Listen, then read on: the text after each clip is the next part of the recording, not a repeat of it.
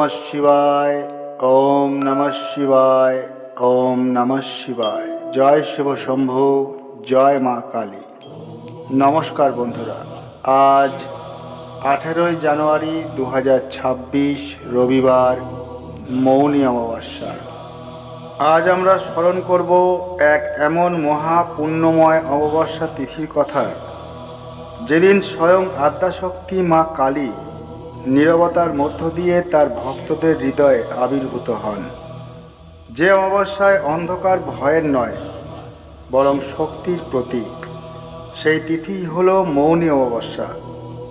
শাস্ত্রে বলা হয়েছে, এই দিনে বাক সংযম বা মৌনব্রত পালন করলে দেবী কালীর কৃপায় জীবনের জড়তা কাটে, ভয় নাশ হয় এবং অন্তরের শক্তি জাগ্রত হয়। বিশেষ করে মাঘ মাসের মৌনী অমাবস্যায় গঙ্গা তীরে ও শক্তিপীঠগুলিতে মা কালীর পূজা ও সাধনার বিশেষ মাহাত্ম্য রয়েছে। এই দিনে নীরবতা মানে শুধু কথা না বলা নয়, বরং নিজের অহংকারকে স্তব্ধ করে মায়ের চরণে আত্মসমর্পণ করা। আসুন এবার শ্রবণ করি সেই পূর্ণ মৌনী অমাবস্যার ব্রত কথা। প্রাচীনকালে গঙ্গা নদীর তীরে এক শান্ত গ্রামে বাস করতেন এক ধর্মপরায়ণ ব্রাহ্মণ ও তার পত্নী। তারা প্রতিদিন ভগবান বিষ্ণুর পূজা করলেও অন্তরে মা কালীর প্রতিও গভীর ভক্তি রাখতেন। সংসারে অভাব ছিল, কিন্তু দেবী ভক্তিতে কোনো অভাব ছিল না। বহু বছর সংসার করেও তাদের কোনো সন্তান হয়নি। এই দুঃখে তারা প্রায় গভীর রাতে মায়ের নাম জপ করে চোখের জল ফেলতেন। ব্রাহ্মণ পত্নী প্রায় বলতেন, মা, তুমি তো সর্বনাশিনী নও, তুমি সর্ব দুঃখ হারিনি, আমাদের কষ্ট একদিন নাশ করো। এক অমাবস্যার গভীর রাতে সেই ব্রাহ্মণ গঙ্গার তীরে বসে মা কালীর নাম জপ করছিলেন। চারিদিকে নীরবতা, কেবল গঙ্গার কলকল ধ্বনি। হঠাৎ তিনি অনুভব করলেন যেন চারপাশের অন্ধকারের মধ্যেই এক অপার শক্তির উপস্থিতি। ঠিক তখনই এক মহর্ষি সেখানে উপস্থিত হলেন। তার মুখমণ্ডলে ছিল তেজ, আর কণ্ঠে ছিল মাতৃস্নেহ। ব্রাহ্মণ তার চরণে লুটিয়ে পড়ে নিজের জীবনের সমস্ত দুঃখের কথা জানালেন। মহর্ষি গভীর ধ্যানে নিমগ্ন হয়ে বললেন, হে ব্রাহ্মণ, তোমাদের এই কষ্ট পূর্বজন্মের পিতৃদোষ ও শক্তি সাধনায় অবহেলার ফল। কিন্তু ভয় নেই, মা কালী করুণাময়ী। মাঘ মাসের মৌনী অমাবস্যায় যদি তোমরা মায়ের উদ্দেশ্যে মৌনব্রত পালন করো, তবে তিনি অবশ্যই প্রসন্ন হবেন। সূর্যোদয়ের আগে পবিত্র নদীতে স্নান করবে, সারাদিন মৌন থাকবে, মনে মনে মায়ের নাম জপ করবে, পিতৃপুরুষদের তর্পণ দেবে এবং সন্ধ্যায় মা কালীর পূজা করবে। কোনো উচ্চারণ নয়, কোনো শব্দ নয়, শুধু অন্তরের আরাধনা।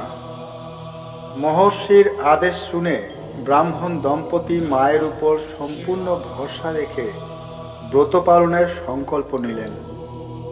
পরের মাঘ মাসের মৌনী অমাবস্যায় তারা ভোরে উঠে গঙ্গা স্নান করলেন। কালো বস্ত্র পরিধান করে হাতে একটি প্রদীপ নিয়ে তারা মায়ের স্মরণ করলেন। সারাদিন তারা একটি কথাও বললেন না। ক্ষুধা, তৃষ্ণা, ক্লান্তি সব কিছু উপেক্ষা করে তারা মনে মনে জপ করতে লাগলেন, জয় মা কালী, জয় মহাকালী। শব্দ ছিল না, কিন্তু ভক্তির গভীরতা ছিল অসীম। সন্ধ্যা নেমে এলে তারা মা কালীর সামনে একটি ছোট প্রদীপ জ্বালালেন। কোনো উচ্চ স্বরে মন্ত্র নয়, শুধু অন্তরের প্রণাম। পিতৃপুরুষদের উদ্দেশ্যে তর্পণ দিয়ে তারা দরিদ্রদের অন্ন ও বস্ত্র দান করলেন। সেই রাতে ব্রাহ্মণ পত্নী স্বপ্নে দেখলেন মা কালী অন্ধকার ভেদ করে তার সামনে আবির্ভূত হয়েছেন। মায়ের মুখে ছিল মৃদু হাসি।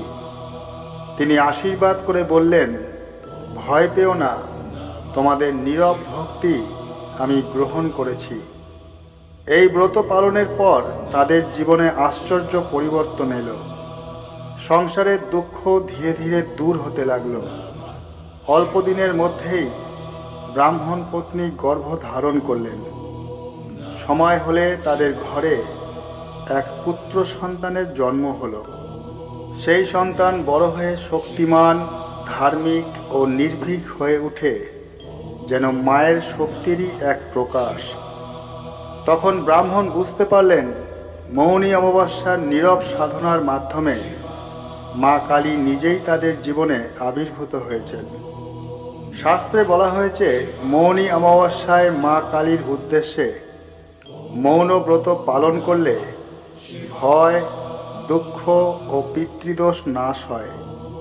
এই দিনে নীরব থেকে যদি মায়ের নাম স্মরণ করা যায়, তবে তিনি সন্তানের মতো করে ভক্তকে রক্ষা করেন। মৌনী অমাবস্যা আমাদের শেখায়, অন্ধকার মানেই ভয় নয়, অন্ধকারেই শক্তির জন্ম। নীরবতাই হলো মা কালীর সবচেয়ে প্রিয় আরাধনা। এই পবিত্র মৌনী অমাবস্যার ব্রতকথা পাঠ ও শ্রবণের পুণ্য ফলে মা কালী সকলকে ভয়মুক্ত করুন, দুঃখ নাশ করুন এবং শক্তি ও সাহস প্রদান করুন। জয় মা কালী। হরি ওম। অথ মৌনী অমাবস্যার ব্রতকথা সমাপ্ত। আশা করি এই ব্রতকথাটি আপনাদের ভালো লেগেছে। যদি ভালো লেগে থাকে একটি লাইক করে দেবেন এবং কমেন্ট বক্সে জয় মা কালী লিখতে ভুলবেন না, আর আপনজনদের মধ্যে শেয়ার করে দেবেন। এই ধরনের ভিডিও আগামী দিনেও পাওয়ার জন্য চ্যানেলটিকে সাবস্ক্রাইব করে পাশে থাকা বেল আইকনটিকে প্রেস করে দেবেন। সবাই সুস্থ থাকবেন, ভালো থাকবেন। ধন্যবাদ। জয় মা কালী।